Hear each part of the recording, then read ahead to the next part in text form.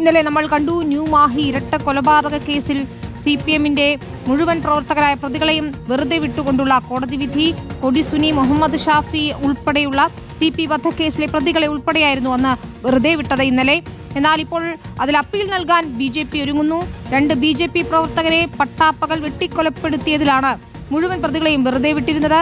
മേൽക്കോടതിയിൽ കേസന്വേഷണത്തിന് വീഴ്ച ഉൾപ്പെടെ ചൂണ്ടിക്കാണിച്ച് അപ്പീൽ നൽകാനാണ് തീരുമാനം. ഗൂഢാലോചന നടന്നുവെന്നും കൃത്യമായ സ്ഥലം നിശ്ചയിച്ച് നടത്തിയ കൊലപാതകമാണെന്നും കണ്ണൂർ സൗത്ത് ജില്ലാ പ്രസിഡന്റ് ബിജു എളക്കുഴി റിപ്പോർട്ടറിനോട് പറഞ്ഞു. ഞെട്ടിക്കുന്ന ഒരു വിധിയാണ് ഇന്നലെ ഉണ്ടായിട്ടുള്ളത്. ഇതിൽ ശക്തമായിട്ടുള്ള ഗൂഢാലോചന ഭരണകൂടത്തിൻ്റെ ഭാഗത്തുനിന്നും CPM-ന്റെ ഭാഗത്തുനിന്നും പോലീസിൻ്റെ ഭാഗത്തുനിന്നും ഉണ്ടായിട്ടുണ്ട്. അതിൻ്റെ അടിസ്ഥാനത്തിലാണ് പ്രതികളെ വെറുതെ വിട്ടത്. ഈ കേസിൽ മേൽക്കോടതിയിൽ കൃത്യമായിട്ട് ഞങ്ങൾ അപ്പീലിന് പോകും. ഈ ഒരു കേസ് ആസൂത്രിതമായിട്ട് നടന്നിട്ടുള്ള ഒരു കൊലപാതകമാണ്. സത്യത്തിൽ ഈ പ്രതികൾ ഈ സ്ഥലം തിരഞ്ഞെടുക്കാൻ ഇടയായിട്ടുള്ള കാരണം ഇവിടെ ഭരണത്തിൻ്റെ സ്വാധീനം ഉപയോഗിച്ചുകൊണ്ട് കേസിൽ നിന്ന് രക്ഷപ്പെടാൻ കഴിയും എന്നുള്ളത് കൊണ്ടാണ്. അതുകൊണ്ട് തന്നെയാണ് ഈ സ്ഥലം തെരഞ്ഞെടുത്തത്. ശരി, അർജുൻ കല്യാടാണ് ചേരുന്നത്. അർജുൻ, പട്ടാപ്പകൽ നടന്ന ഇരട്ട കൊലപാതകമാണ്, അതിൽ തെളിവുകളില്ലെന്ന് ചൂണ്ടിക്കാണിച്ചായിരുന്നു കോടതിയുടെ വിധി വന്നത്. ഇപ്പോൾ ഏതായാലും നിയമ നടപടികളുമായി മുന്നോട്ട് പോവുകയാണ് BJP, അല്ലേ?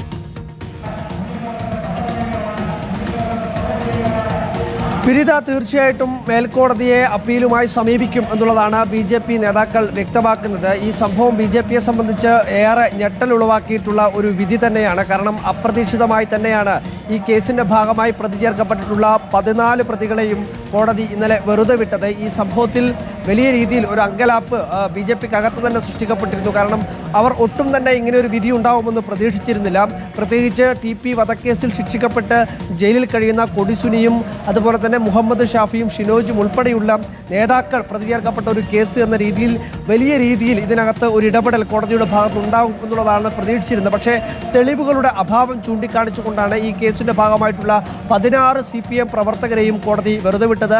ആ കേസിന്റെ ഭാഗമായിട്ടുള്ള 2 പേർ ഈ വിചാരണ നടക്കുന്ന വേളയിൽ മരണപ്പെട്ടതാണ്. അവരുൾപ്പെടെയാണ് 16 പേരെയും കോടതി വെറുതെ വിട്ടത്. ഇതുമായി ബന്ധപ്പെട്ടുകൊണ്ട് BJP ഇപ്പോൾ ഉയർത്തുന്ന പ്രധാനപ്പെട്ട ആരോപണം 2010 കൊലപാതകം നടക്കുമ്പോൾ കോടിയേരി ബാലകൃഷ്ണനായിരുന്നു ആഭ്യന്തരമന്ത്രി. അതിന്റെ സംരക്ഷണം ഈ പ്രതികൾക്ക് കിട്ടും അല്ലെങ്കിൽ കിട്ടണമെന്നുള്ള ഉദ്ദേശത്തിൽ തന്നെയാണ് ന്യൂ മാഹിയിൽ, അതായത് കേരളത്തിൽ പെടുന്ന ഒരു പ്രദേശത്ത് തന്നെ ഈ കൊലപാതകം നടത്തിയത് എന്നുള്ള കാര്യം കൂടി ആരോപണമായി BJP പറയുന്നത്. പക്ഷേ തെളിവുകളുടെ അഭാവത്തിലായിരുന്നു ഇന്നലത്തെ വിധി പ്രസ്താവം. അതുകൊണ്ട് തന്നെ മേൽക്കോടതിയെ സമീപിക്കാനാണ് തീരുമാനം.